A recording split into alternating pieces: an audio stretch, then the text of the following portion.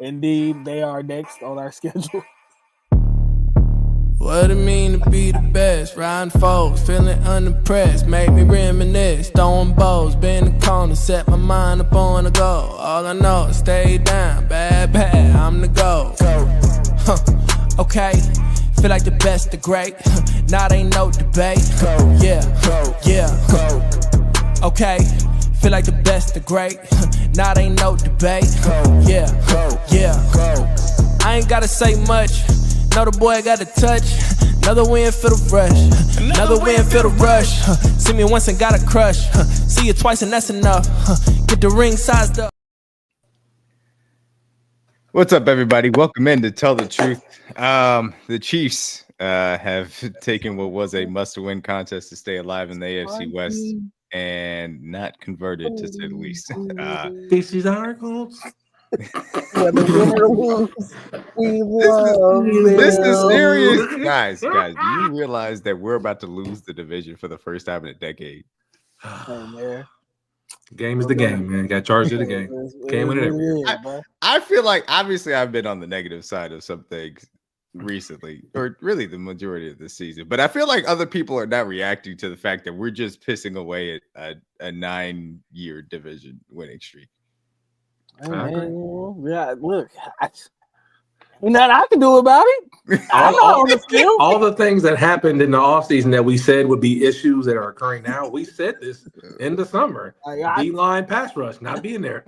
What you want me to Speed in the backfield. We said like the things that are happening. That's why we can't. Me and you, we're not mad because like we knew this was gonna happen. Like we thought we could overcome it.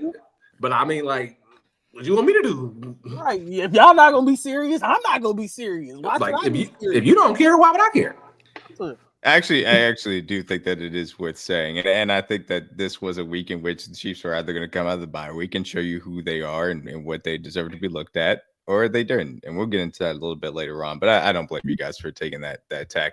I am gonna call it nice. So I'm sorry, I'm going to do the whole Kobe clear out thing because I need to get a few things off my chest. And I apologize for you guys. Just real quick. I need everybody to understand something. So I was not able to watch this game live. I was at a show and then I was moving around. There's a lot of stuff going on. So I had to go back and watch this. And obviously having known the result, it was incredibly frustrating to see the missed opportunities over and over again, especially for them to come out of the bye week with this game plan. And I'm going to start on the offensive side of the ball. Believe me, I'll get to all three phases. The offensive game plan to have such a limited use of the run game and only 4 under center runs specifically was disgusting. This was a team that went out there without its best linebacker and consistently put light boxes and challenged you to say, hey, can you just run the ball for 5 yards? You did it. And they said, go ahead, do it again. And you didn't. And you continued to not do it. And you wanted to get in shotgun versus a really good defense versus a defense that loves to get teams into passing situations and then rush their passers because they have really good pass rushers. And even though the offensive line did a solid enough job as far as pass protection was concerned, that's not how you beat the Denver Broncos defense. You have to be physical with them, go downhill. And especially when they're giving you the run. And the fact that they didn't take advantage of it was incredibly frustrating. Never mind the fact of how the wide receiver were used. I mean, I said this going into the bye week after the Bills game. Using Rashee Rice as a running back is cute in the red zone. It's fine if you want to use it every once in a while. You do it between the 20s. It's certainly not when you're backed up on your own end zone. You're out of your mind. He's supposed to be your best wide receiver. And this is the way in which you choose to deploy him. Never mind how you're failing the way in which you're using Xavier Worthy and being able to use his speed over the middle of the field in quick cuts. DG knows at Texas, he could kill you over the intermediate areas of the field because it's very difficult to have a wide receiver with his speed stack and then stem off. He can run those routes. They refuse to do it. For this team that is very middling as far as versus the man coverage that the Broncos specialized in, they refuse to use their best man beaters on a consistent basis. I can also talk to you all live long day about my issues, with some of Patrick Mahomes' footwork. I think he missed some reads as well. It was not a good game by any means. The interception in the red zone is disgustingly inexcusable. Unfortunately, now we have two of those, specifically as far as on Mahomes that can't happen throughout the season that have in many ways cost them a game. The offense is not broken. The offense foundationally is predictable, easily game plannable. Understandably, you have players getting called out the plays beforehand because they know what's coming. Because this is going to be the same offense that Andy Reid has continued to run for the last half decade. It's too heavy of the shotgun. It's too often where they just sit back and allow the defense to dictate what they have to do to them. And instead of attacking, they're consistently on their heels. They have an offensive line that can move people downhill. They refuse to use it because they refuse to get under center. They don't even begin to try and get into heavy personnel and be able to take advantage of those things, especially when teams are always matching them with lighter boxes that they can easily run into. They refuse to do it. So that is my major issue with the Chiefs offense. Like I said, foundationally, until they choose to use more under center, until they use that to then marry it to the passing game, because it's completely disjointed. They do it just to throw it out there and say they did an under center run. They don't do it so that they can be dangerous to the defense. They don't threaten the defense in that way. And it's incredibly frustrating. That is my general feelings on the offense right now. The defense looks about how I expected the defense to look. The secondary can only do so much when you have some issues as far as the coverage on the second level. The defensive line got a little bit of pass rush early on, which was nice to see, but eventually that petered out. It's not really a surprise. They don't have pass rushers outside of Chris Jones, who came out of the bye week with his hair lit on fire after people best game of the season up and down that he was gone. And he did everything he did, and they had to triple team him at a certain point just to stop him. But it didn't end up mattering because he didn't get enough help from other people as well. So, like I said, Steve Spagnuolo and the blitzing has not made up for his personnel decisions, especially along the defensive line. Just hasn't. And that's going to be something that needs to be addressed in the offseason, because unless they get different pass rushers in here, he can't be in charge of the personnel decisions, because you can't have a 4-man pass rush that is this anemic. It's literally untenable. I know people came into like, oh, the defense is X, Y, and Z. This defense is not good. You just allow Bo Nix get 20-plus points on you after we've seen the efforts that he put up previously. Yeah, Bo Nix made some plays, but guess what? He was comfortable in the pocket. He had nothing to worry about. That's inexcusable. A terrible defensive effort, in my personal opinion, from Steve Spagnuolo in the way in which he was able to scheme things up. But it was also a result of the fact that he doesn't have pass rushers outside of Chris Jones. That is an issue. And I'll be honest with you, you guys have never heard me say this necessarily. Dave Tobe needs to be fired. This special teams is abhorrent. The fact that they continue to have these kicking rows, and I'm not even talking about the converting, the block kick, it is what it is. They had to move some guys around because Kingsley got hurt. I understand that.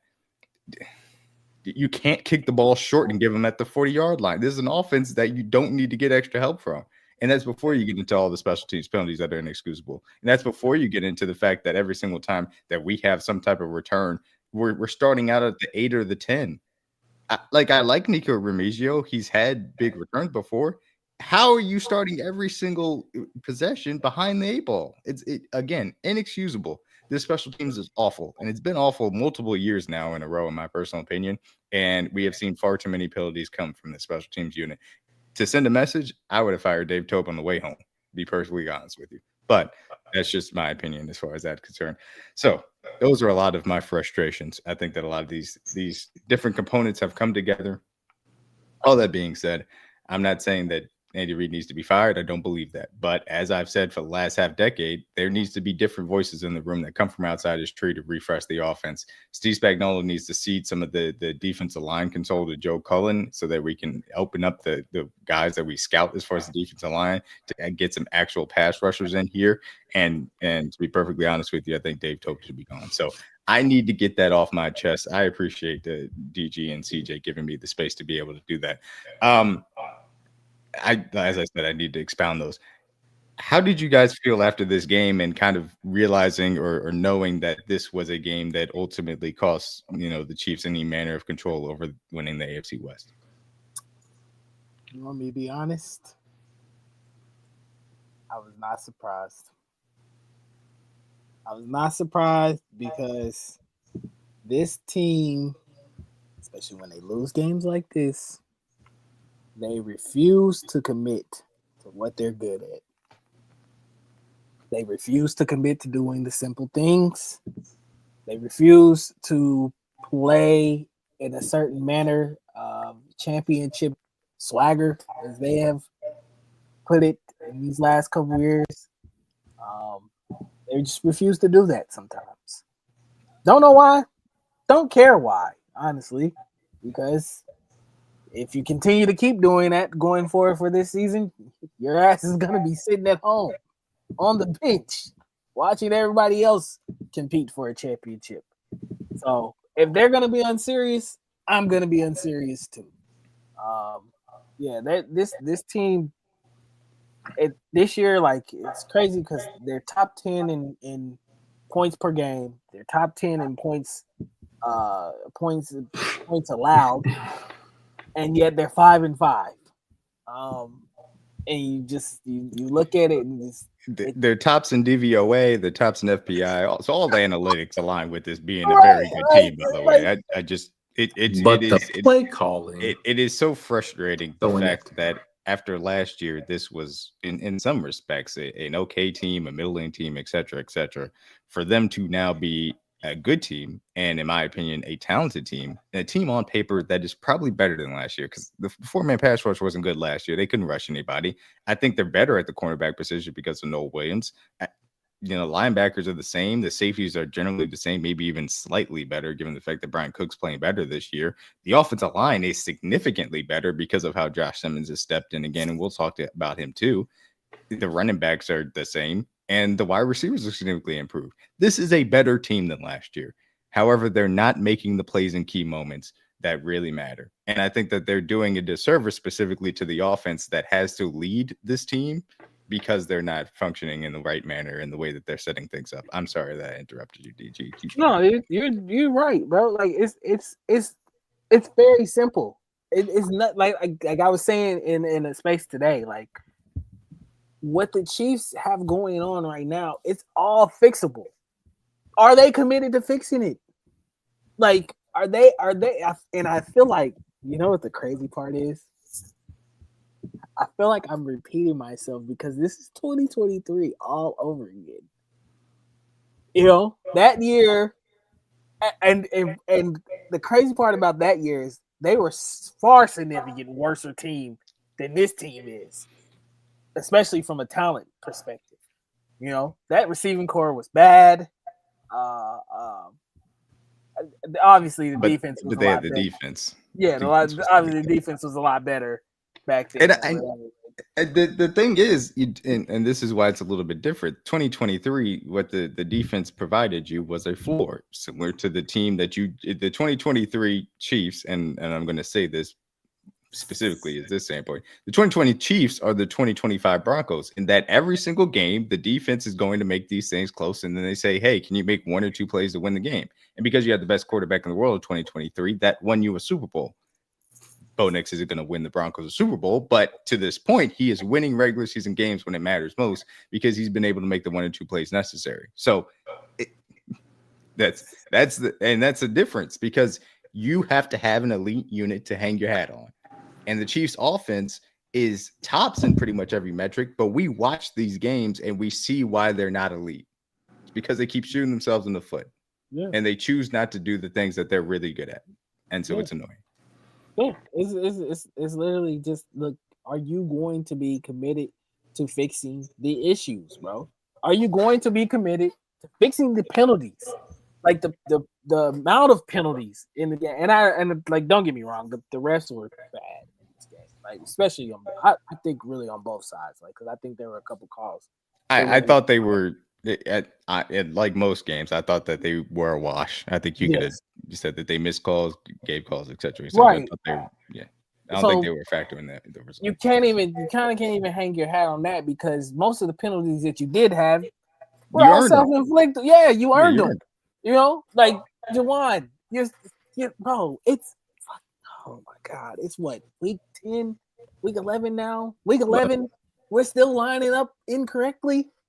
Like, and specifically lining up incorrectly on a play that you didn't need to line up incorrectly on. no. You're not trying to gain depth to keep Nick Benito off of Mahomes' lap. That's not the play design. Why are you lining up incorrectly? Oh, It's man. inexcusable. Lining up incorrectly. We're holding on critical third downs. We're false starting.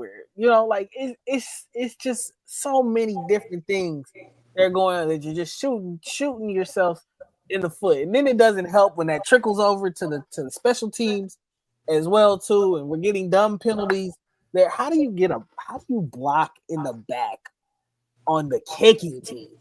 Yeah, You're kicking the ball.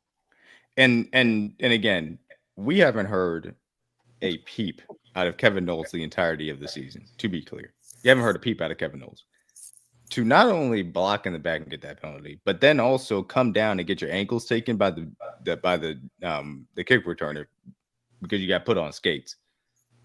These are the people that Dave Tobe has earmarked and said, I need them on my team for special teams. And these are the guys, the Jack Cochrans of the world, the Kevin Knowles of the world, that are on here specifically for that. And these are the ones that are shooting them in the foot on special teams.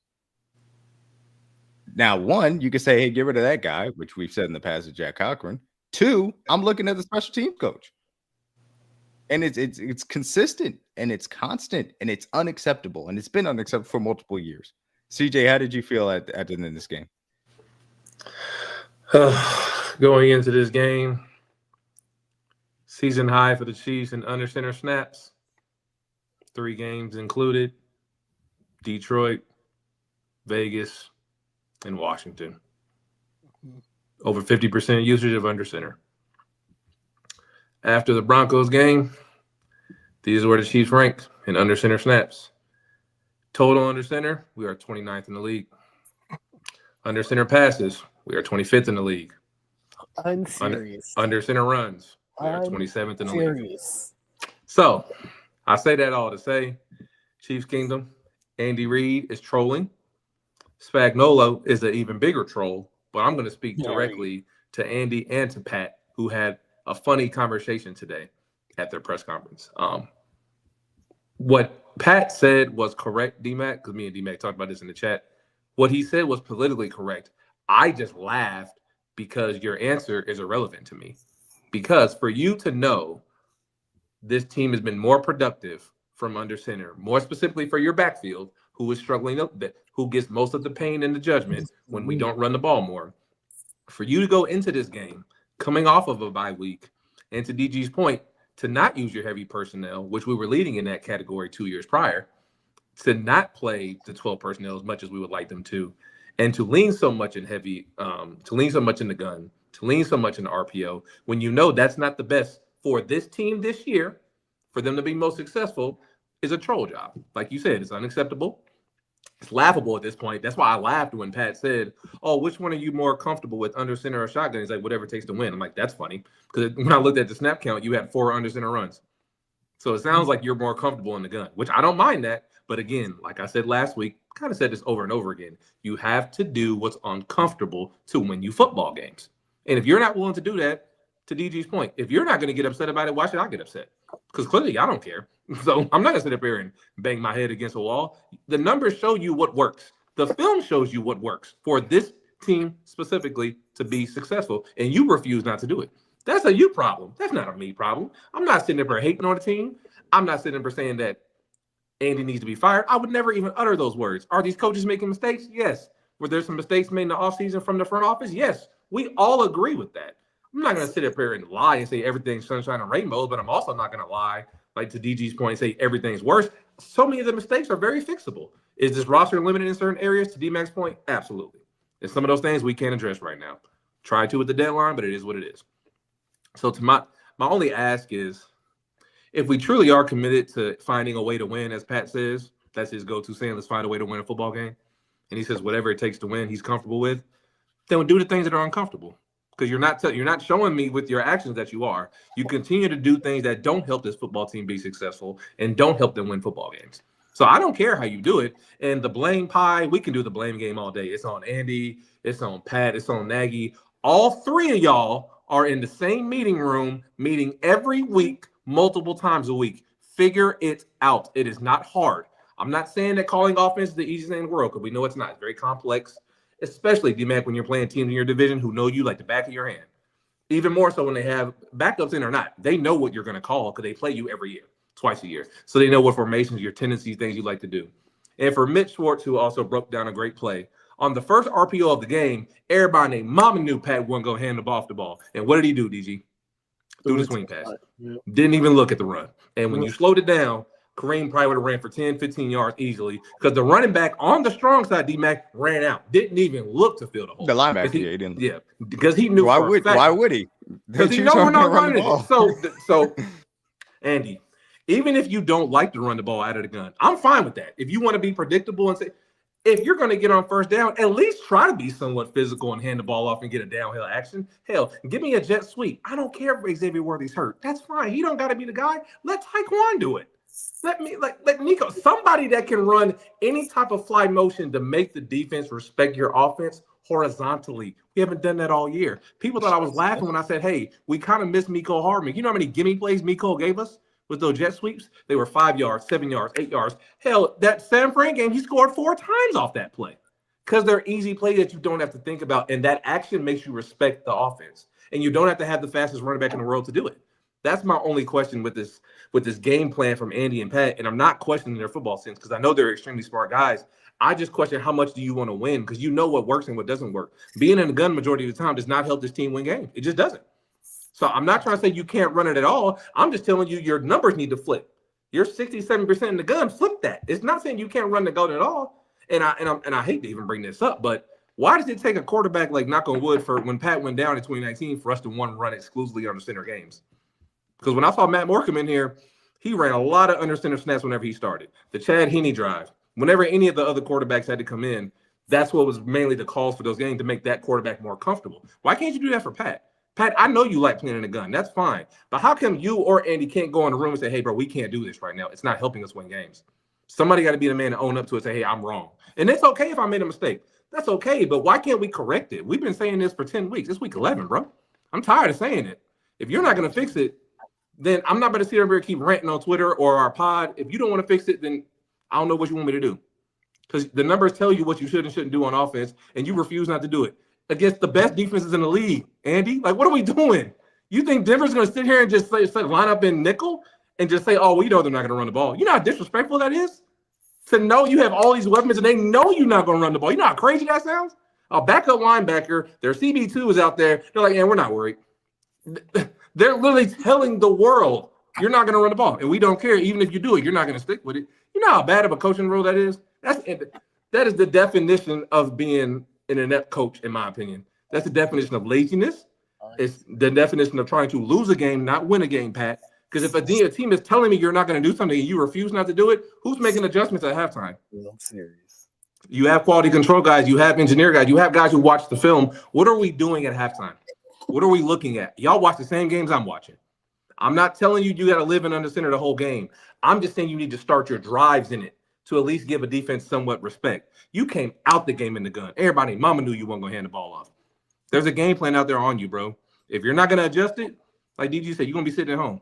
So it is what it is. I'm an offensive guy. I just get mad when there's things that can be corrected and you refuse not to do it. That's the part that pisses me off the most. Making a mistake like pre-snap penalties, DG, it is what it is. Juwan it's a necessary evil. He was an overpaying free agency. We can get into that in the offseason. But for this team specifically, there are things you can do to put them in a position to succeed, and you refuse to do it.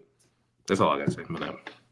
You know before DMac, you know you're unserious when your head coach on Monday comes out and says, boy, oh boy. Well, the runs are being called. No, they're not. No, they're not. Run. No, they're not. Zones out of the gun do not count, Andy. Them shit don't count, bro. And that was the most frustrating. That was laughable. I ain't gonna lie. And TJ and I have our disagreements as far as how much we place blame on each person as far as the offensive design, et cetera, who's comfortable with the gun, who wants to play it, et cetera.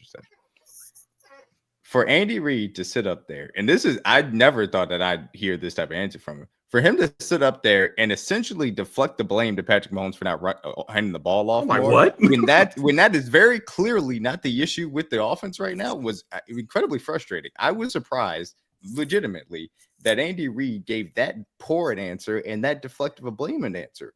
Runs are not RPOs. And they're not all created the same. Are pass run options. And I know it says run it's pass, a PO for us. Pass run options. And Andy Reid wants them to be pass run options because he PRO. prefers the short passing games. For you to sit up there and he insulted the intelligence of every reporter that was on there. He's insulted the intelligence of every fan that knows half a lick of football and understands the difference in RPOs and straight run calls, and acted like it was a fine answer. That was a terrible answer from Andy Reid, and I was disgusted by it because it deflected blame away from him and his coaching staff not having the wherewithal and the understanding to just run the ball and be able to set up the easy buttons, as CJ made allude to, that we just don't have in the offense. There's nothing easy for Patrick Mahomes and this Chiefs team right now. And that's why it's so frustrating, because they have the talent. The coaching staff right now is letting them down in the way in which they're designing this offense. The other thing I wanted to say too, the hubris of this coaching staff. They came out of the bye week. That's the game plan you had? Jesus. But no, not even the game plan. Because I should have known I should have known. When I saw the inactives list, I should have known. When I saw Elijah Mitchell was active and I saw Christian Fulton was active, I should have known. This was all about hubris to them. This was, I'm going to win our way and we're going to stick with what we know and we're going to win no matter what. It was hubris. To come out of that bye week with two guys that had not played the entirety of the season, with your season in the AFC West on the line, and then give Christian Fulton that many snaps over Noah Williams, who had played much better at corner. Well, I shouldn't say much better corner. We had nothing to compare it to for Fulton, who had played very well for you at corner the entirety of the season, and to sit that kid down after he had done that and put Christian Fulton out there because of hubris, because you thought that all of a sudden, oh, this is going to be the secret weapons that we're going to put out there and it's going to change the game. No, that's not how this works.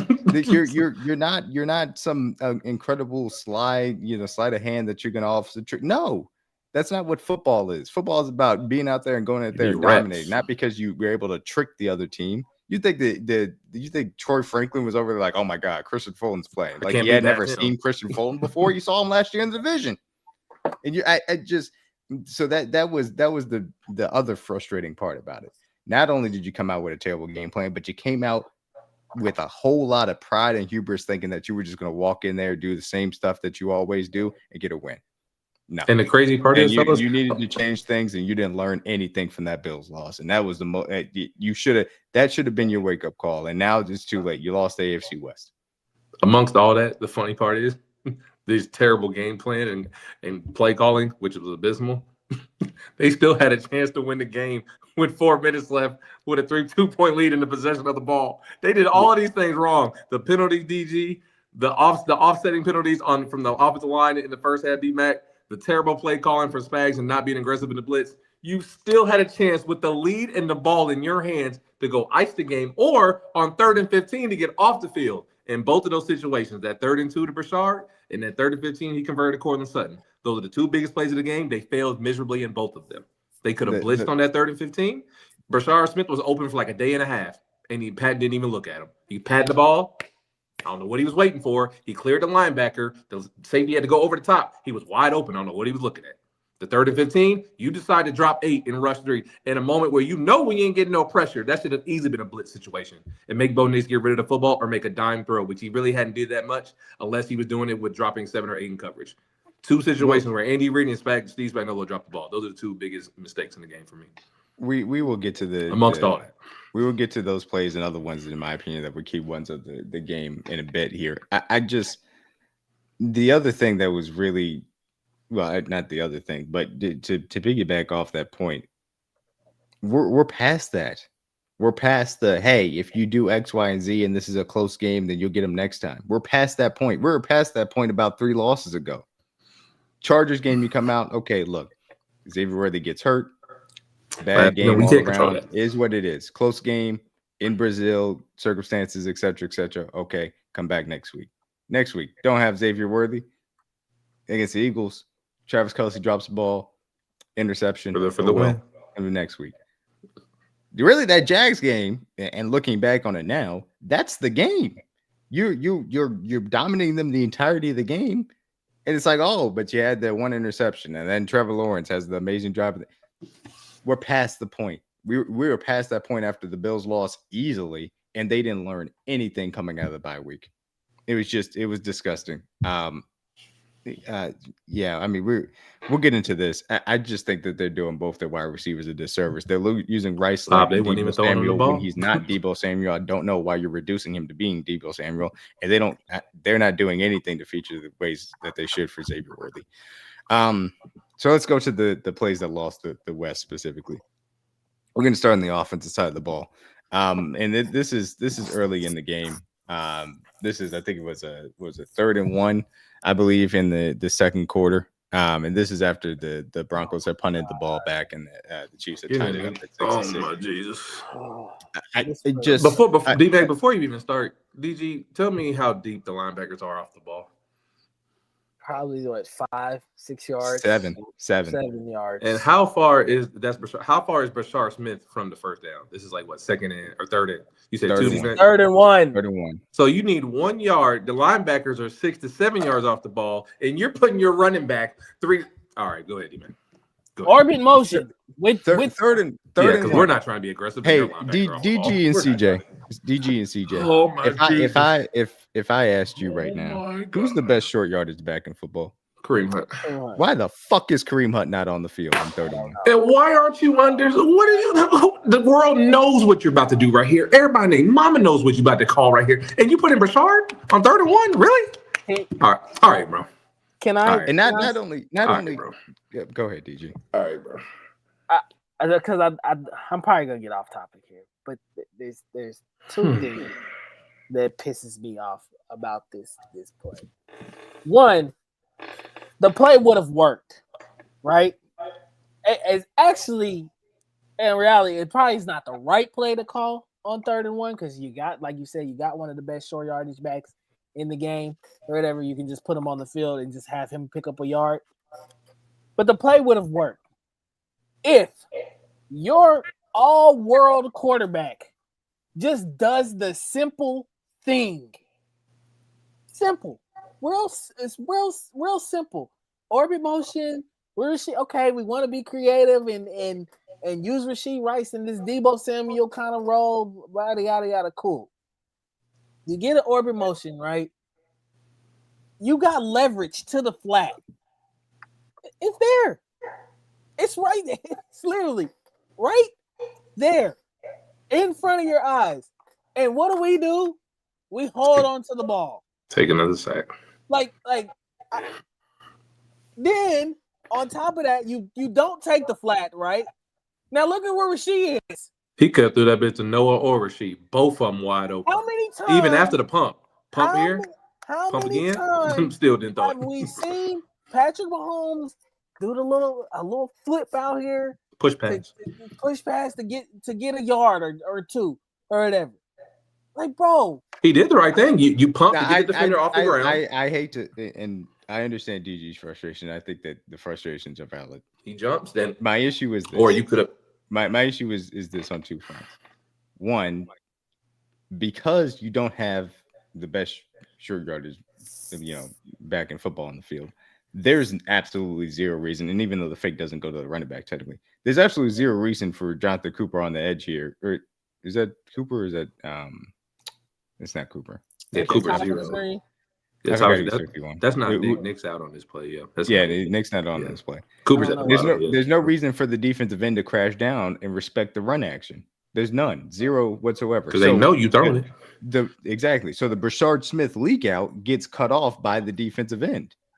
So on top of the fact that they have no reason to respect that, then the secondary portion of it, because you mentioned obviously the no gray, because of the way in which you design this play, again, 3rd and 1 in which you could just run the ball forward, you leave the end unblocked. So you leave the end unblocked means that there's automatically a time limit, a very short period of time for Patrick Mahomes to get this ball out of his hands. Essentially meaning either the ball has to get to the running back on the rub route, or you don't have time for Rashee Rice to leak on the little sit. You don't have time for Noah Gray to get the tight end leak out the backfield because the defensive end is unblocked and let alone. If you really wanted to do that, allow Kingsley Suamataia to peel back and take be responsible for the end, because you're not selling the run fake in any real way because it's Rashee Rice doing it. So I agree with the frustration to a point, But the play design is the biggest issue as far as I'm concerned, which obviously you guys do agree with. Yeah. It's just like the play design is not good based on personnel. Pat still gave himself time. It's the not throwing the ball for me, D-Mac, like DJ just stated. After this first pump, he still could have threw the ball to Rasheed. After the second pump, if he wanted to be a Superman and then try to get it to know, he could have threw it to Rasheed right now. Literally right now, he can get it. Look at Rasheed is. Like, bro. Go like this. Just flip it to him. Even if you wanted to lob it blindly to Noah at the last second and throw it towards the sideline with no defender, Noah was slightly open. I'm not. But can I just and like look? I'm not saying y'all are wrong. I promise I'm not saying that y'all are wrong. But can we just be real about something? Why did we get into a 3rd and 1 situation? And it requires Mahomes to do a spin around pirouette, fake to one guy to get the defensive end to jump to in get a yard, and then dump it off to get to Rasheed Rice. To get a yard? And again, Patrick Mahomes is amazing. We agree on that. But why do we require that much effort for 1 yard when we have Kareem Hunt, who hasn't failed on the 3rd and 1 since week 4? Why? And again, you guys aren't wrong. He could theoretically make the play, but why does it require that?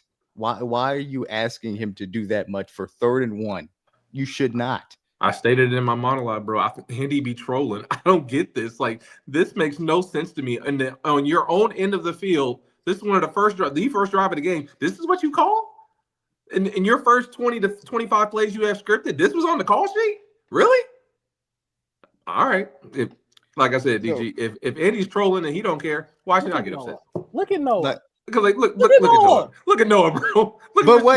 But you called a tight end leak on 3rd and 1. Why? And not only did you call a tight end leak on 3rd and 1, but you called a tight end leak on 3rd and 1 with the defensive end unblocked. How is he going to have time to leak? CJ, you know how tight end leak works. You got to give him 2 or 3 seconds to get over there. Exactly. The tight end blocks for 2 seconds and then gets out in the route. You don't think the defensive end is going to be on Patrick Mahomes by the time that he has a time to leak? Yes, Caleb. Why in the world on 3rd and 1 is your wide receiver? Is your wide receiver one in the backfield?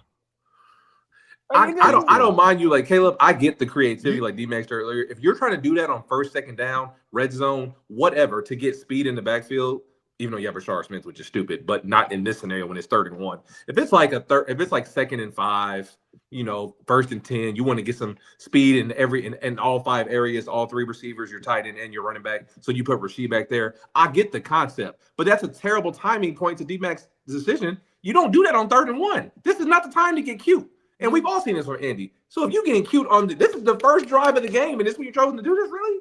Yeah. This is your first 20 plays.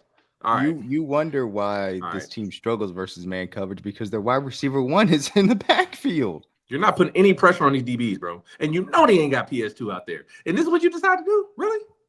And then the one time Rashard was open, you didn't throw it to him. Oh, my God. Like, you first of all, you give clear indication here. Everybody. 3rd and 1. You're not running the ball. You're not running the ball. You're not running the ball, bro. Like, everybody knows 24 on the field. They ain't about to run it. They ain't running. They're not running it. I'm sitting on the sideline. I can see they ain't running the ball. They're not serious. Like, there's no way. How do you go into these games knowing this is crucial and it's critical for us to be in a division race, and this is what you give me on 3rd and 1? This is what you give me. I just want to be clear. The Chiefs need the to most get pointless that big white line that has the 20 running down the middle of it. And the linebackers are 5 yards off of that line. Because they know. They already know. 40, the backer took like a slight step towards. I don't know why he even did that shit. Because I know he took a slight step to bump up towards the running back. It's bad drop back. When Sean Payton in a halftime interview says, this is not a second half team. Because you know what second half teams do if they have the lead or they know they win? They're running the ball. They know they have a similar run game. If we get a lead, we can drain the clock. Bro, they went straight.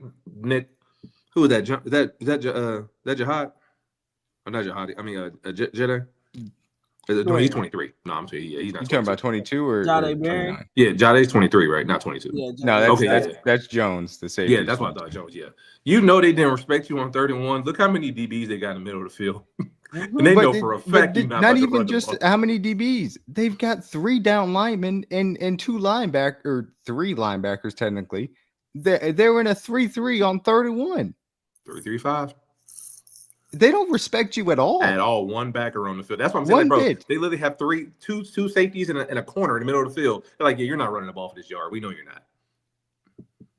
Disgusting. So a disgusting, disturbing game plan, and honestly distilled down so many issues with the wide receiver 1 in the backfield, no Kareem Hunt on the field. The defense doesn't respect you to run the ball at all. Just sitting there trotting. You like DMac, the crazy part is he literally could have lobbed that bitch to Noah, and Noah still would have been wide open. That's the crazy part. Because there's nobody over there covering Noah. His internal clock says, but I was like, his internal clock says the defensive end isn't blocked. What am I supposed to do? He literally could have just threw that bitch to Noah. He would have caught it, which is crazy. And the play was fucked up from the jump. I agree, but it's just I've seen him make so many heroic plays, and it's just I'm trying to find a way to make it sound good, but it doesn't. The whole situation sucks. Next play. Stop relying on your quarterback to have heroic plays. Just why we can't have easy buttons, bro? Andy, what's wrong with you, gang? But even like DMac, even if you are like what you just said, tell your quarterback, bro, just make the freaking simple play. Why does it have to be so difficult? Like I feel like I'm talking to my children, bro. Like why it do feel like that, bro. I feel like I'm talking to my niece at certain points in time. This is easy. It's addition, bro. It's not that hard. 1 + 1 = 2. Throw the ball. Even if it's incomplete, or I'd rather lose the down. Yes, I'd rather lose the down on that. You cannot take a sack in that situation. You know better than that. This is year 9. This. You're not a rookie. Throw the ball. God, like, bro, I'm sorry. Like, I expect Patrick Mahomes to be at a much. I hold him at a much higher level because this team is success is indicative of how you play. And if you're not going to make the right decisions or anything, get off the field. It starts with you. Throw the ball, bro. What are you holding on to the ball for? And he did that a lot in this game. Like, what are we doing? Sorry. No, you're right. It's just the defense tells you on these situations, fellas, they don't respect you. They put what you got. Look at the box. They put 5 DB. They put 5 DBs on the field, and they said, "We know you ain't about to run the ball. Even if you wanted to hand it off, they still thought they were going to stop you." That's the crazy part. So I'm going to the second play because I feel like it does need to be mentioned. I thought that this hasn't necessarily been talked about a lot. At the end of the half, they have a chance, in my opinion, to go and get some points. I was a little bit surprised, I guess, at the lack of aggression, but they come out and get this initial chunk to Hollywood Brown. And I say this again because of the attention to detail thing. Go out of bounds. you have to go out. You know we don't have that much time, Holly. You have 2 timeouts. It's okay to go out of bounds. 15 seconds left. Go out of bounds. Go that way. Go. All you have to do is go out of bounds. Lack of situational awareness, again, in the same way in which the Chiefs last year would make the plays necessary to be able to steal some points out of the half. Not being detail-oriented enough. And unfortunately, that, again, goes back to coaching because we've seen this throughout the roster. Hollywood Brown, go out of bounds on that stand. I have to say that real quick. So now we get to the interception. Oh Lord. This is obviously on Patrick Mahomes for having the interception. Preceding this, of course, you have the Kareem Hunt run that goes, I think, what was it? It was 15 yards ultimately. That gets wiped off the board because he lines up all sides. Again, I don't know why you're lining off the line of scrimmage when you're doing a run play. Doesn't make any sense whatsoever. Just insanity. So you end up behind the sticks, and this is 3rd to 14. This is 3rd and 14. I understand if you don't convert, but you can't throw this interception. It's just inexcusable. There's no reason. It can't happen. Point blank. Period. It just can't. I don't love the route combinations, and they kind of get a little crosser element. They keep Gray into block, so it's really a 4-man route. Elijah Mitchell's going out. They kind of run Worthy up the middle of the field. Tyquan's at the top of the screen. Kelce's on the sit. There's nothing really here. And so Mahomes tries to make something play. Just throw the ball away. Just throw the ball away. There's not enough room to lob that over the top of McMillan so that you can get it to Elijah Mitchell. Just throw the ball away. And he said it. So I don't necessarily need to harp on it. But again, end of the half, you don't get any points. Now here, 3 points on the board, and obviously the game is completely different. Obviously, they have the chance to have a tie ball game at the end of the game instead of actually losing the game. Just no excuse. No excuse for this interception, man. He was. I mean, Pat, in that scenario right there, there's a DB in front of you directly, so you can't do a line drive. You can't lob it over to Elijah because there's a safety over the top. So He would have picked it off or batted it down. So in that situation, bro, if you are gonna show the end zone ball view for me again, you should throw it away. You should just throw the ball away. Take the 3. Just throw it away. But even in this crazy mind of Patrick Mahomes, who we know likes to extend plays, right here in this moment, who in God's name is open besides Elijah? Literally nobody in his mind. In his mind, he's thinking he can get it to Elijah. Literally nobody's open. Just throw the ball away, Pat. Throw it away. That's a day one rookie year mistake. You don't do that right there, bro. And the tight as this game is, that halftime you saw was a 6-6 game, and you decided to do that? Really? Year 9. That's lazy. That's a lazy decision, 15. You got to be better than that, bro. That's twice this year you took points off the board off a lazy decision with your eyes. And you had all the time in the world to throw this ball away. You take the 3, let your team get a possession up, and you'll try to go get the ball back and get a stop. For you to take points off the board and get this team field position, that's a lazy decision by you. Can't do that, bro, especially in a game that means everything. It's even the more crazy part. It wasn't like it was to Hollywood or to Rasheed. You tried to throw it to a dude. You tried to throw it to a guy that ain't played a snap this year until this game. Till this very hasn't had a touch in the entire year, including this game. One thing I am going to say, I do have to shine some light. I applaud Tyquan Thornton. The hustle. Yeah, that's a big effort right there for sure. To get and then try to keep the ball inbounds so Pat can try to recover it. Thank you, Tyquan Thornton, for being the one person on the field that actually showed up to play this fucking game.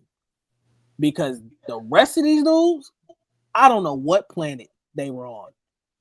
But especially 15. Because that's a brain dead play. That's some shit we make fun of for Bo Nix or Geno Smith doing. That's a terrible decision. That's a JJ McCarthy play. What are you doing? Terrible. Yeah, bro, come on. We're in year 9, and you're doing. Why are you forcing it?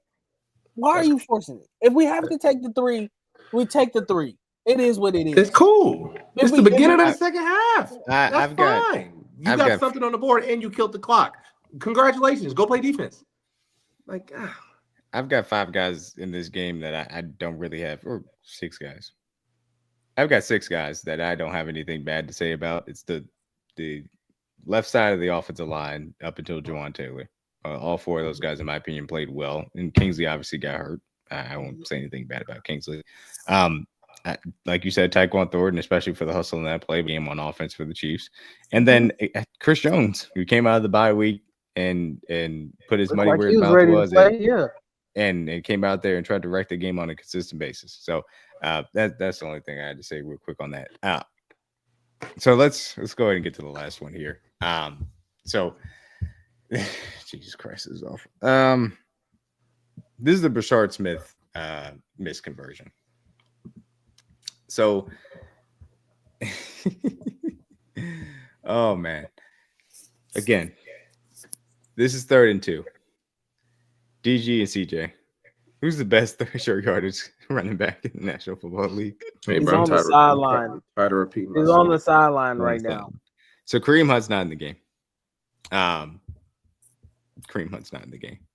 It's just 3rd and 2, and Kareem Hunt's not in the game. Look at the box.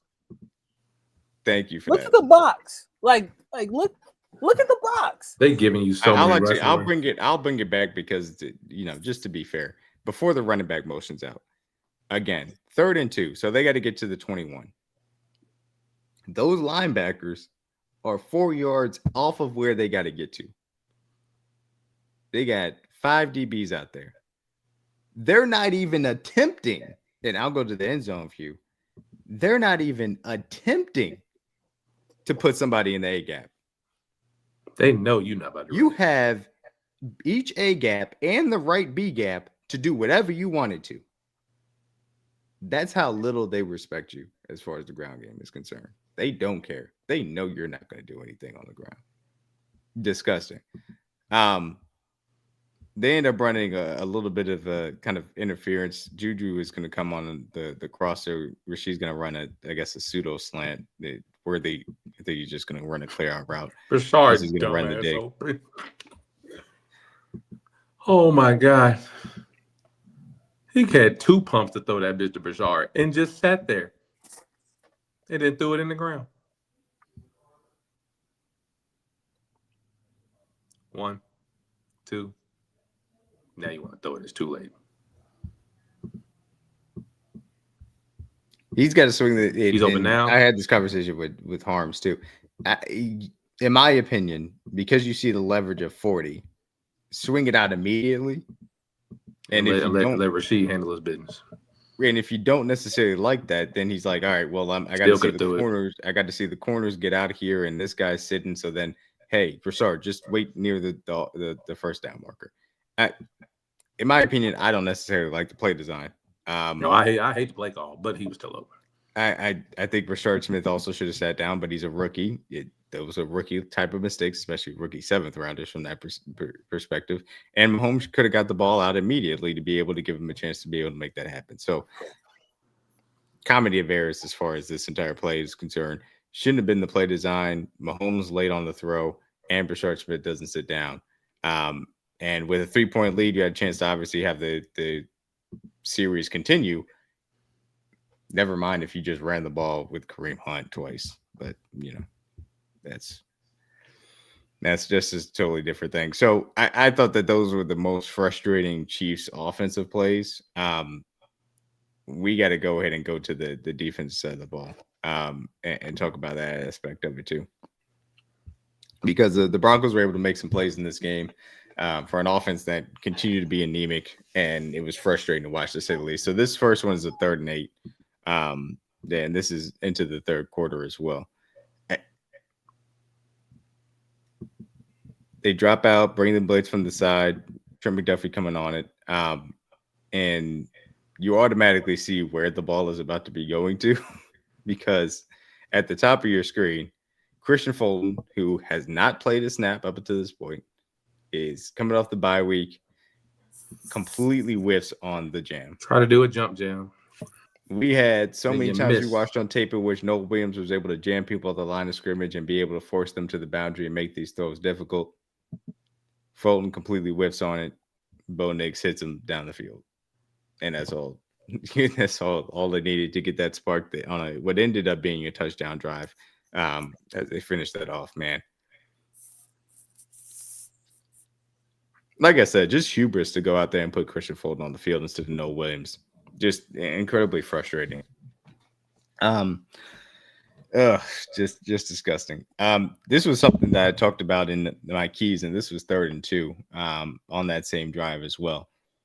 You know that they were going to emphasize RJ Harvey out of the backfield and being able to catch the ball, and you still didn't have a better plan for that. Get him on an easy rub route. He catches the ball, easy conversion, and gets some extra yards too. I mean, they just didn't have a good answer for these things that you knew that Sean Payton was going to try and take advantage of out of the backfield. Hicks has to try and go over the top instead of trying to snake it under and kind of cut that angle off. And I'll show it from the sideline so you can see it. And he just gets caught. Just gets caught. It doesn't matter.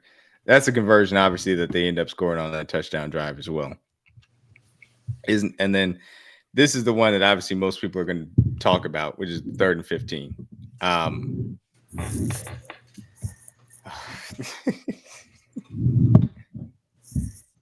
To allow these types of conversions, man, to this offense, just disgusting, man.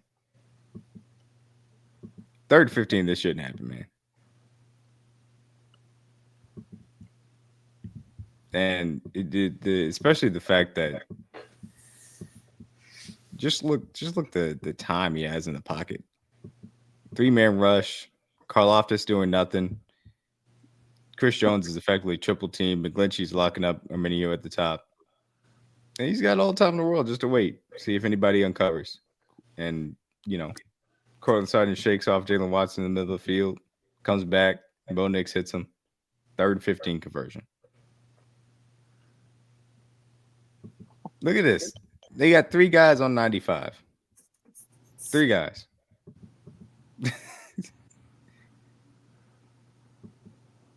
Just terrible what they've done to this defensive line, man.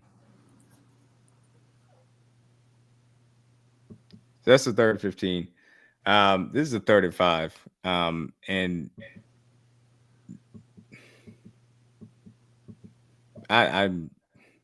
I'm disgusted for this 3rd and 5 because of the way that they draw this up. Again, same thing as the previous play, 3rd and 15. You're not coming after Bo Nix. You're not forcing him to get the ball out. You're not forcing him to be right as far as his reads are concerned, which you've seen him be wrong on a consistent basis. You're not dictating anything to the offense as far as Spagnuolo is concerned. And they came out with a stat that the Chiefs had, I think, like an 80% success rate allowed on critical 3rd downs late into the game. Yeah, it feels like it. Anytime that an offense needs a 3rd down late in the game to put the game away or win the game, they get it. I don't have any issues against this defense right now. You got Nick Bolton mugged up. They run the guy across the field. You've only got 2 guys for those 2 wide receivers over there because Nick Bolton can't get out there quick enough. Look at that, son. Just sit down, pitch and catch. Easy 1st down, man. You just didn't have a plan for putting these guys in motion, being able to use Sutton out the slot, and what your responses were going to be to that. Never mind the fact that you forced Bo Nix to try and get the ball out of his hands quicker than he was ready to. Nick Bolton covering more ground than he should be asked to as well, especially as a Mike linebacker. Just terrible by Steve Spagnuolo. And then this, of course, was the 2nd and 8, which is essentially a brag breaker, which honestly it's pretty good coverage, but this is a good play by Torrey Franklin. That's a hell of a throw. He has outside leverage by the corner and the safety over the top, so he deliberately throws it inside to make him force the turns upfield shoulder. That's just a good ball by Bo because he's covered. Like Jay Watt's doing his out, he's doing his correct. Bo just made the DB wrong with the throw.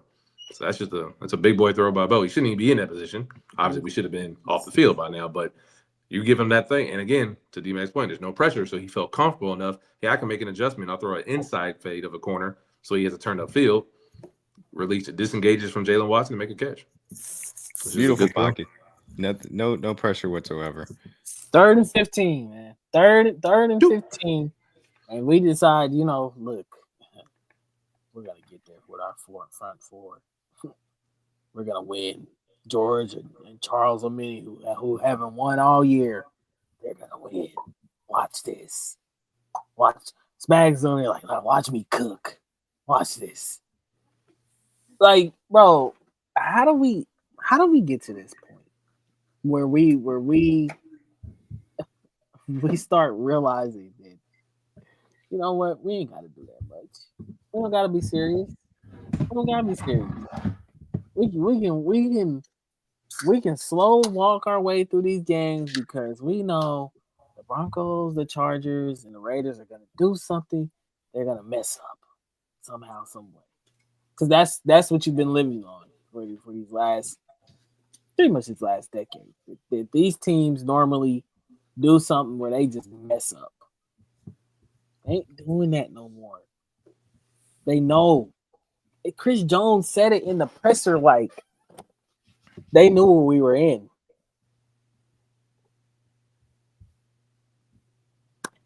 They knew what we were in. They knew when we were running. Spags. Like, Andy. I don't see how you go into these games knowing they're critical, knowing that something is on the line, and you tell yourself like 3rd and 15, Charles Omenihu, Chris Jones, Jerry Tillery, George Karlaftis, go win us the game, baby. You got it. You ain't done it all here. You can do it. I know you can do it. This is your time to prove it. When you've seen in critical situations, AFC Championship game, things on the line, Josh Allen, blitz the hell out of him. You know, Lamar Jackson doing the same to him. But we get to freaking Bo Nix, and it's like, not him. Not him. We're afraid to blitz him. And then plays like this happen, bro. Like, they make a great play. All credit to them, you know. Especially for these two to be second year guys, still young guys in this league. They make an incredible play. Can't really blame Jalen Watson. I mean, the leverage was perfect. He's in coverage. He's in coverage. You know, Jalen did his job. It's a hell of a throw by Bo. D-line didn't do their job. You gave absolutely nothing at all. You got Nick and them dropping in coverage. Then I think if you go back to the play, DMac, are you in cover one? Cover one, yeah. You know they need 15 yards. But this is a 2nd and 8. Oh, second. Well, okay, second and long. Second and long, third and long, first and long. It don't matter. You're in cover one. Cover one. Let's not give our corners any help over the top. They don't need it. Bro, coaching malpractice from two of the better geniuses in this league, man. You know, how do you not give proper help for corners over the top, and you also don't send a blitz? How does that happen? You made him play outside leverage and no pressure. Like, all right, bro. Just a lack of to affect the quarterback, which goes back to the guy that forces the hand of the GM to pick certain guys to rush the passer or not rush the passer. That's in this situation. I don't see how you don't send 5, bro. Just no way, bro. Whether it be Drew or Nick, preferably be Nick, because Drew needs to be. He's the better of the two in coverage, even though they both food. To not send either one of them and just have them both back there covering air. You didn't. His egregious. Go back. Can you go back to the sideline view, D-Mac? Just covering air, not doing nothing. You don't even. This is the even more crazy part. You don't even fucking disguise it. No mugging up the A gap. No mugging up the A gap. No bringing them up. No walking up. Rotating. He knows he's got a great offensive line, a defensive line that can't rush him, and no simulated pressure to say, hey, there might be a guy I got to account for. Nope. I'm just going to be sit back here and see if anybody gets open and feel good. Y'all got it. Time of his life. Y'all got it. Look. Pause it. Cover one. Cover freaking one. Drew and Nick, when you see ain't nobody, that tight end is not coming out, why the fuck are you dropping back and cover? Who you cover? Out there covering Casper the Ghost. Casper. Spags, you got to know. All right, it's 3rd and what down distance was? Was this another 15 or was this 3rd and 10? Okay, Casper was going to make a play. If I'm Spags, in my mind, I'm like, okay, they're in 11 personnel. They're probably going to leave either the tight end or the running back to block. In this situation, they let both up in the block. And both of your linebackers are sitting back there covering nobodies. Instead, they could have been putting pressure on Bro to possibly, fellas, maybe get him off his target. Maybe he make a misthrow. Maybe Spags or maybe Nick or Drew can go in there and time up the jump and maybe bat a pass down. Instead, no. You send them back there to cover. They know the receiver didn't come out in the route. And, yes, they're still backing up to cover air. That's the The flexibility that Spags doesn't give them on this play is crazy to me because you have to know there's either going to be a leak out, a screen, or they're just going to take a shot. They took a shot. That's fine. You need to give Nick and Drew the option to either rush if you see your man does not run a route. If he does run a route, you get out and cover him. To sit back here and cover air is so egregious when you know it's third down and you know we need pressure. You didn't send neither backer. They're both just sitting there covering who?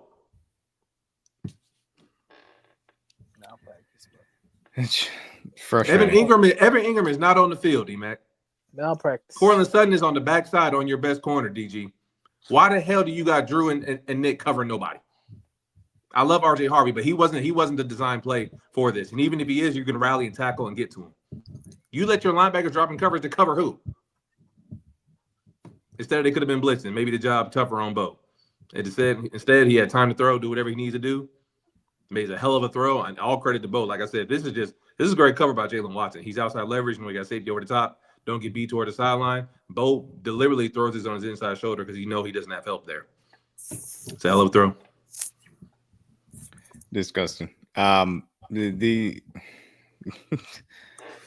think that it's just really indicative of the fact that on both sides of the ball right now, the Chiefs are allowing other teams to dictate whatever they want to them. They're not forcing other teams to be uncomfortable, do things that they don't want to do. They're just not doing it because of the poor offensive design and the lack of defensive pressure they can put on the quarterback. And it's so frustrating to watch a team like that right now, man. We're not doing this tonight. DDT, I'm sorry. We're not doing it tonight. They're just, it's so frustrating, man, to say the least. The other thing I wanted to show real quick was just a quick run through it. This isn't going to be long. Just a run through the last two drives because the last two offensive drives are disturbing. Obviously, starts out with a Noah Gray false start. And actually, I'll just skip through it because it puts him behind the sticks. But six straight passes to begin the two most important drives. Up 3 and then obviously tied with the ball. 6 straight passes, which, you can theoretically maybe try and justify that on the other end of it. What's it called? With the last drive when you get the ball with 4 minutes. Really not, in my opinion. But 6 straight passes? Didn't even try and run it once.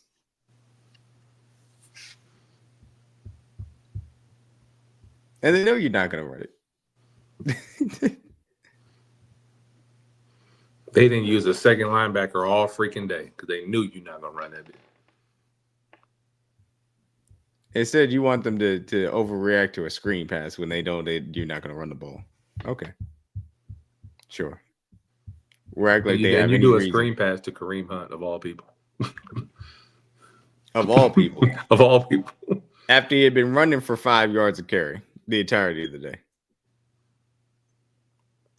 Give Kelce on the short pass.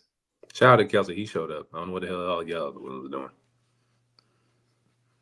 And then we saw what the play after this was, as far as the third one to Brashard Smith.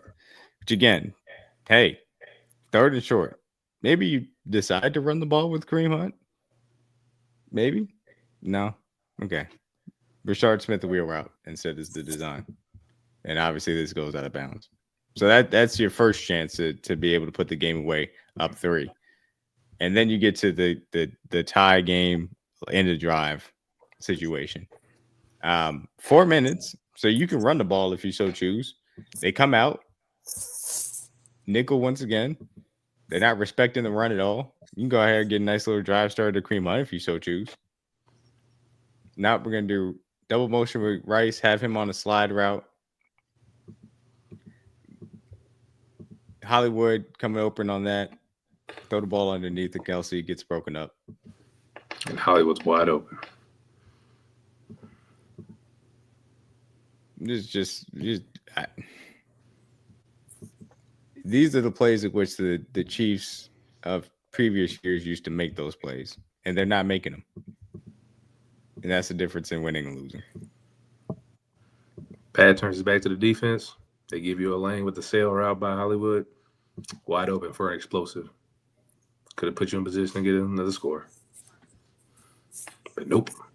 Don't even look at them. Predetermine where you're going to go with the football. Guess where we're coming out here? 2nd and 10. Look at where Kareem Hunt is at. Lord Jesus. Look at where Rashee Rice is at. 2nd and 10. On a drive that you need to win the game. You got 13 personnel. Your wide receivers in the backfield and your running backs lined up at wide receiver. This is the stuff that you call with the game on the line. What is this? Why? They so unserious, bro. Why does this exist? You ran a lazy ass bubble for Rashee on a gotta have it play and ran no downfield actions. And you got Kareem Hunt running a backside. You got running a post route. Kareem Hunt is running a post route in 2023. Why the hell is Kareem Hunt running? Kareem Hunt is running a post route. Why? Not your wide receiver 1, not your wide receiver 2, not your wide receiver 3, not your wide receiver 4, not the wide receiver that you drafted in the 4th round. None of them. Kareem Hunt. Not even the running back that's a converted wide receiver. Kareem Hunt's running a post route in 2025. If y'all don't care, just tell me you don't care, bro. That you ain't got a lot of me. Bro. It makes no sense. It makes zero sense whatsoever. I can't even like it's I don't even have the words to describe how idiotic. Of all plays, you decided to go on 13 personnel. Now you want to do it? All right, this was smart. 13 personnel. And why you got around a Kareem Hunt out of the backfield? You got 2 tight ends running sit routes in the middle of the field because that's going to put pressure on the defense. God, this was a terrible play call. That made no sense, bro. So now, guess what you got? First down when they weren't respecting the run, decided to run a 3-yard screen pass. All right, no, I'm sorry, you didn't run a 3-yard screen pass. Ran that short sit route to Kelce that didn't get converted. 2nd down, you come out in 13 personnel. Your wide receiver 1 lined up at running back. Your running back 1 lined up at wide receiver running a post route down the field. Now you're at 3rd and 10 versus this pass rush. 3-by-1, somebody get open, I pray. Send the blitz. They drop out into a zone. We got 2 guys running basically the same area of the field. Mahomes sacked. So they blitz when you have it on 3rd down. The team with the better pass rush blitz more than the team with the lesser pass rush. Because the Broncos defense doesn't allow the offense to dictate what they do. They dictate to the offense. That's what the good units do. They dictate what you have to do. They don't leave the decision in the other team's hands. They force your hand. Double A gaps, and one of them drops out. I wonder who said that shit. We shouldn't have done that. Send a late DB off a blitz. I wonder who else called that. And you can't have a hot route because it's 3rd and 10. You're not in a position to have a hot route. And that play was 3rd and long. And if you run the ball on 1st down and it's 3rd and 4, then you got a shot. But nope, you don't. All right. So that's the frustrating way in which their offensive day ended. We went through the defensive stuff as well. Oh, just so annoying. All right. The last thing I wanted to get to from this game specifically, the deep shots. Obviously, we saw the 2 early on, and I'm just going to kind of let them loop. I want to go through some of the footwork aspects of this, and I think I may end up doing a stay scheming on it. Xavier Worthy obviously is limited by the ankle right now. That is a thing. A lot of these throws, though, you look at some of the ways in which they haven't hooked up this year. It's just Mahomes overthrowing them. I think that to Mahomes' point, you just got to give guys a chance. You see his leg? Yeah. Why was he standing like he had no platform? The footwork is all over the place. Which the footwork, his left leg. Like what is the footwork is sometimes all over the place, like falling over. So that is something that I want to get into about how well he throws the deep ball, specifically with his base. But he just absolutely lost it. And people would be like, the route by Xavier Worthy, is he flattened out Mahomes? I don't know. I truly don't. And I think Xavier Worthy is not necessarily running at full speed because obviously due to the injury, but frustrating because if you hit one of these, then it's a totally different game. If you hit either one of these deep shots, then it's the 2023 AFC Championship game instead of obviously a loss that it was yesterday because it sets the tone for the entirety of the game. Now, this one, I will say, I actually do put more on Tyquan Thornton than Mahomes. The reason why I do that is he gets by. I mean, he gets his step, and then he starts looking up for the ball, which understandably so, but it also slows him down. And the reason why I want to say this is going to be very difficult if people aren't necessarily looking very close, but that's Chris Abrams' drain at the bottom of the screen. Chris Abrams' drains can't run with Tyquan Thornton. Believe me, I know. I'm a Mizzou fan. I've watched Chris Abrams drain a lot. He does not have the speed to keep up with Tyquan Thornton down the field. As the ball gets closer, Chris Abrams' drain is going to catch up to Tyquan Thornton because Tyquan Thornton is slowing down. If Tyquan Thornton doesn't slow down, then he catches his ball. He's looking up for the ball too long, and ultimately that costs him some speed down the field where he could, if he's on a dead sprint, I think he catches his ball in stride. But as this, and I'll go back a little bit, he gets that initial stack in separation, and he gets like a good yard and a half on him. By the time that Tyquan Thornton and the ball, or I should say the ball arrives at Tyquan Thornton, Chris Abrams' drain is right on him. Tyquan Thornton should be running away from Chris Abrams' drain, not necessarily having it be that close of a contested catch. If he doesn't slow down the field, in my opinion, he catches in stride. And I say that to say the deep ball stuff is, in my opinion, a variety of factors. Mahomes has missed too many of them, and especially deep down the field. And I want to look at the footwork aspect of it. I just didn't think this necessarily was one because I think that he actually did throw it in stride. And this is not me bagging on Tyquan Thornton because, of course, he comes back later on and makes a really good play. But it is a reality situation that some of these things aren't going to end up connecting as well. So that's the only thing I wanted to say as far as the deep ball stuff. And I'll probably have more to say about that later on. We mentioned, obviously, Josh Simmons, who returned from this game after the bye week. He also spoke today and said that he wanted to keep the situation in the house. Perfectly fine with me. I really do not care to know. He also think the support that he got from his football family as well during the time. Josh Simmons, Chris Jones, Travis Kelce, who sets the all-time Chiefs record for most touchdowns in Chiefs uniform. Tip of the cap to Travis Kelce, who has come back this year with much better, I would say, in shape as far as that's concerned. He's played better. So shout out to Travis Kelce for doing that, even with my issues that I had with him early on in the season. Any other positives y'all want to point out? No.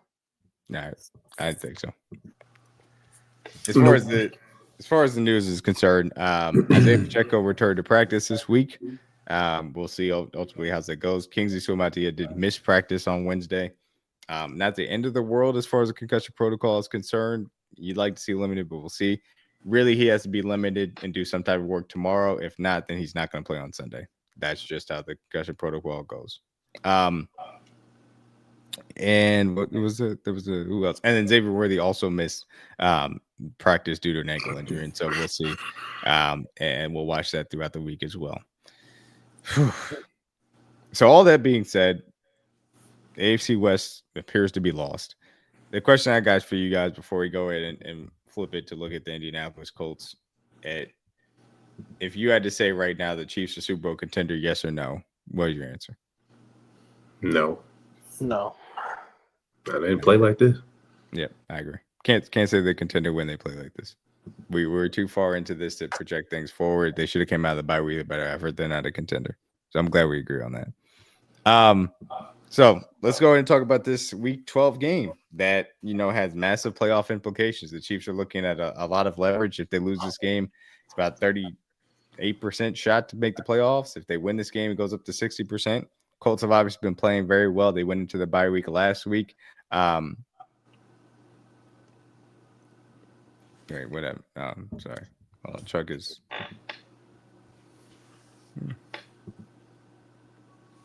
Okay, is it back up?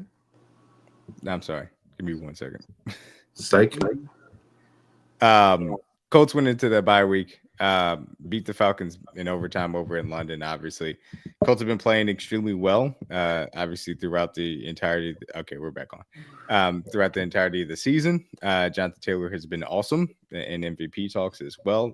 Came off another 3-touchdown performance against the Falcons.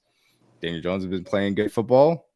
They've gotten really good contributions from their weapons that are really dynamic. Alec Pierce down the field, Michael Pittman in the intermediates, Josh Downs and the short stuff. Obviously, Tyler Warren's been really good for them. Colts offensive line is playing well. Colts defensively kind of, a little bit leaky. DeForest Buckner is going to be out for this game, who is their main defensive line contributor, but they've got other guys that played well for them along that front seven. And they obviously made the big trade for Sauce Gardner, who played his first game against the Falcons.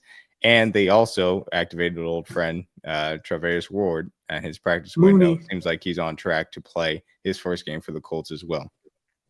So now you're looking at a Colts team that has been hot for this season, feels good off its bye week, coming to Arrowhead, looking to put your season on life support. This is just going to be tough. Call it how you see it. It's just going to be a difficult matchup. Chiefs offense versus Colts defense. What are you guys watching?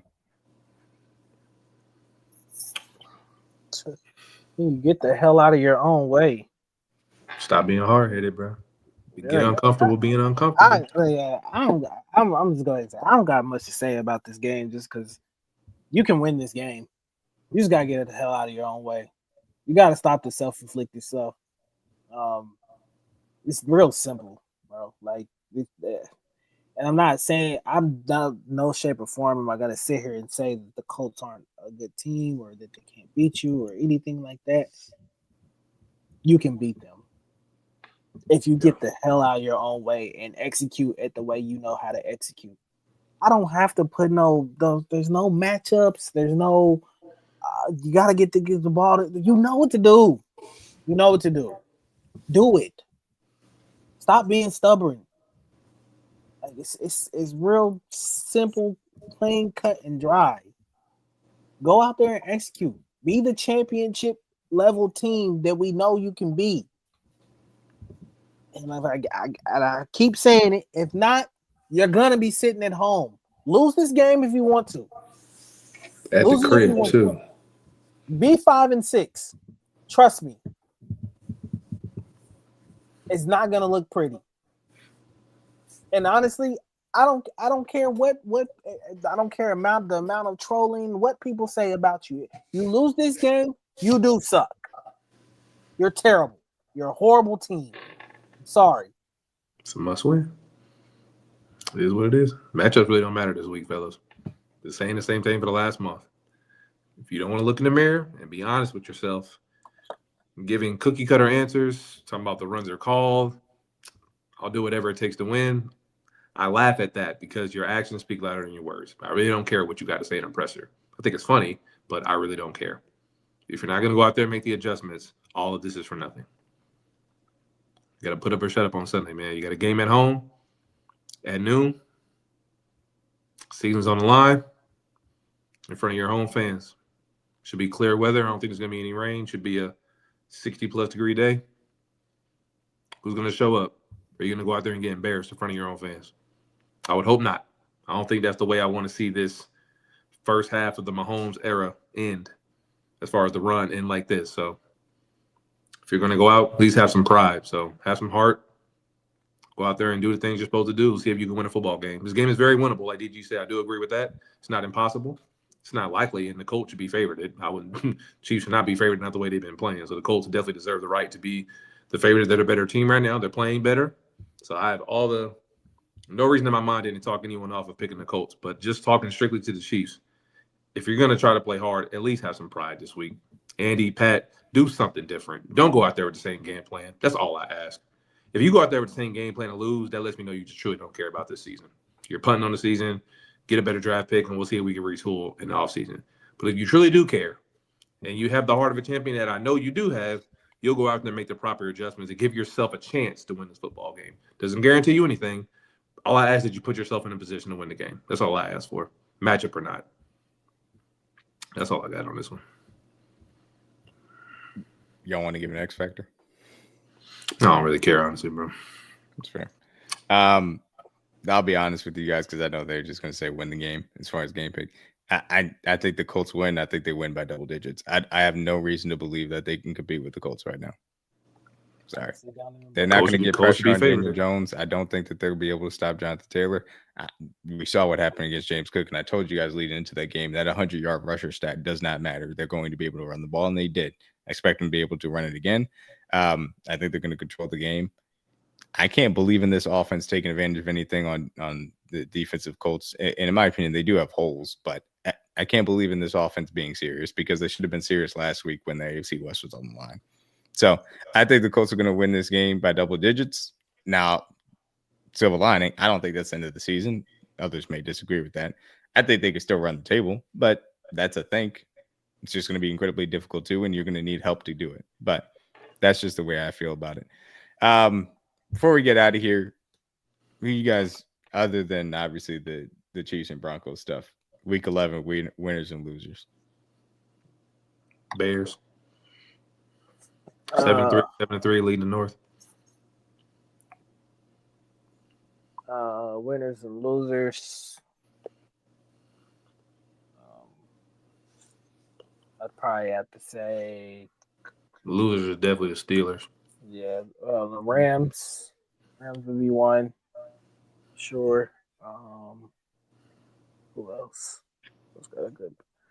Bills bounce back in a good way. Already got a good win over a decent team. I don't know. Talk about Sam Darnold dropping the ball, boy. My goodness. Yeah, Darnold looked like look like Sam Darnold. When it's a big game, look like Sam Darnold. So, who else? Yeah, Bears probably are the most impressive right now. They're the biggest winner. I know they still got 3 division games left, or not, if not 4, I believe. Yeah. So, yeah, they got 3 left, and 3 left. They haven't beaten anybody recently. That's the only reason why I'm really hesitant to say them. That's just me personally. No, I agree. I just didn't. We even went to schedule. I still didn't expect them to be 7-3. No, that's definitely true. But I thought that them going on the road, beating Minnesota, they need to be able to do that to show that they were serious. And hey, shout out to them. They're now on top of the North. My winner would be the Eagles defense. Very impressive. Got to give them credit for what they're doing right now as well. The Jalen Phillips trade has been really good for them. And the way in which he plays, I mean, it's no surprise to me the reason why he was the guy I wanted at the deadline, because he's so good. And it's helped out what the rest of their defenses look like and the way they shut down the Detroit Lions offense too. And then the loser, I could go a few different places, but to me, this really is, well, I got 2. One loser, Chargers without Joe Hall. They just look like a completely different offense, and I think it's just too many injuries for them. And it does, it kind of sucks that's what it kind of looks like for them in the Chargers. But they got a drumming by the Jacksonville Jaguars. The other loser, I have to say, the Atlanta Falcons. You did so much over-indexing on the quarterback position. What you gave to Kirk Cousins, Michael Penix, who you made a bet on in the top 10, knowing his injury history, knowing his limitations as a quarterback, and then also doubled and tripled down on it by then trading your first-round pick upcoming in this draft. I mean, this is how bad teams stay bad. Just a terrible, terrible process by the Atlanta Falcons over the last 36 months, and ultimately it's going to leave them with no quarterback future, no first-round pick in 2026, and a very difficult thing to try and navigate with looking for a new coach and probably keeping the GM. So Falcons. Biggest winner definitely after I think about it is the Rams. Yeah, I mean, the reason why I don't say the Rams, and you are right only for this simple fact, obviously the division win. I expected them to win that game versus the Seahawks, but the fact that they're going to be a Super Bowl contender and have a probable top 10 pick, insanity. Crazy. For a guy that for Atlanta doesn't even have 6-7 sacks this year. Crazy. And I like James Pierce Jr., but it was not that much. Insane process. Insane process to do. But that's pretty much all we got for you guys today. Anything before we go ahead and get on out of here, guys? See you guys next week. They better find a way. I ain't got much. Let's see if they find a way. Underdog Fantasy, use code TRUE, $300 deposit match. NBA obviously in full swing, NHL in full swing, NFL obviously going on. Same thing with college football. Last few weeks of college football as well. We're coming up on Thanksgiving before things start to wind down. We get into bowl season as well. Make sure you guys go ahead and get to Underdog Fantasy. It costs this Sunday, Wings of Things game day box. Make sure you guys go and pick it up before the Chiefs and Colts thing game ends up going on. Tell them Kingdom Cast sent you. All right, win the game. See if you want to act like a serious football team. We'll find out a lot on Sunday. Yeah, you will. Peace out. Go Chiefs. Go Chiefs.